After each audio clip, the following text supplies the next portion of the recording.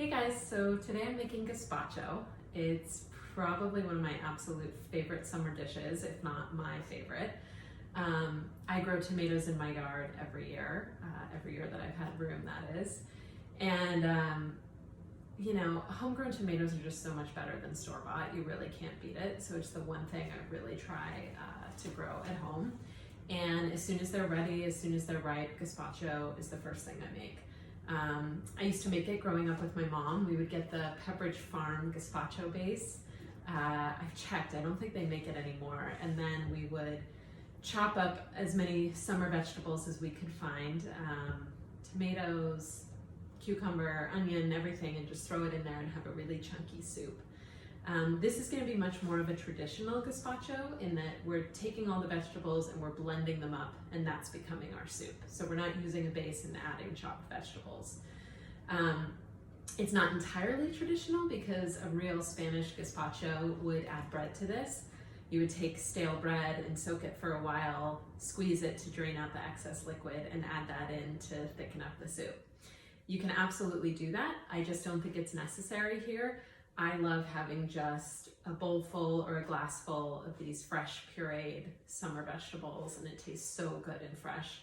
I don't really think you need anything else. So the bulk of our soup is tomatoes. I've got 2 pounds of tomatoes from my yard.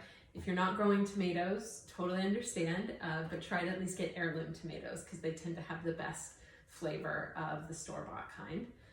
So I've got 2 pounds of tomatoes chopped up.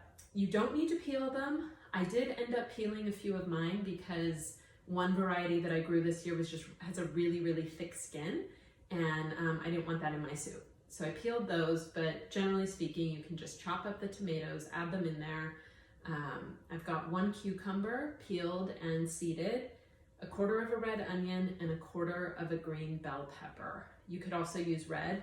Green is ever so slightly more bitey, so it's just a slight different flavor, but red would work perfectly well. So that's all in here, and to that we are going to add sherry vinegar, 2 tablespoons,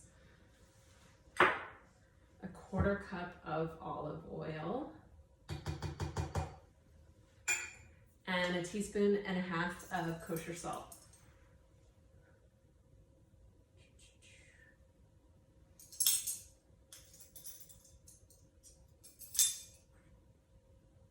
Okay, and I'm using a Vitamix today.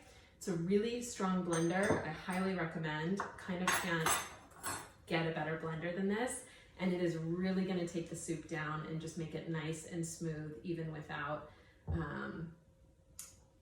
chopping or peeling things really finely. If you're using a regular blender that isn't so powerful, it's not powerful, you may wanna go chop everything a little smaller. You may wanna peel your tomatoes.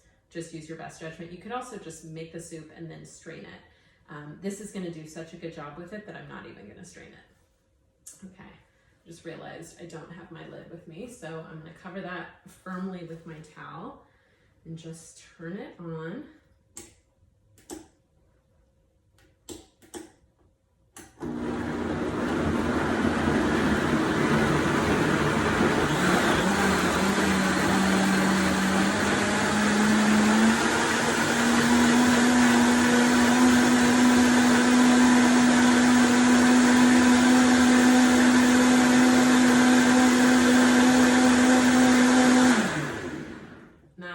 Really it. Use a blender lid if you've got it. You can serve this in a bowl and add toppings like little chopped tomatoes or some corn right off the cob. How we've been eating it lately is just out of these little coffee cups. So we'll pour a little bit in. This is a really nice bright orange because I used a lot of my orange and yellow tomatoes. Yours may end up being a lot more red, depends on the color. So we've just been pouring this into coffee cups and eating it as a little first course of our dinner this week. Oh my gosh, it's so good. It's just like tomatoes, fresh, summer, really can't go wrong. So if you've never made gazpacho before, or even if you have and you make this, let me know how it goes. Talk to you soon.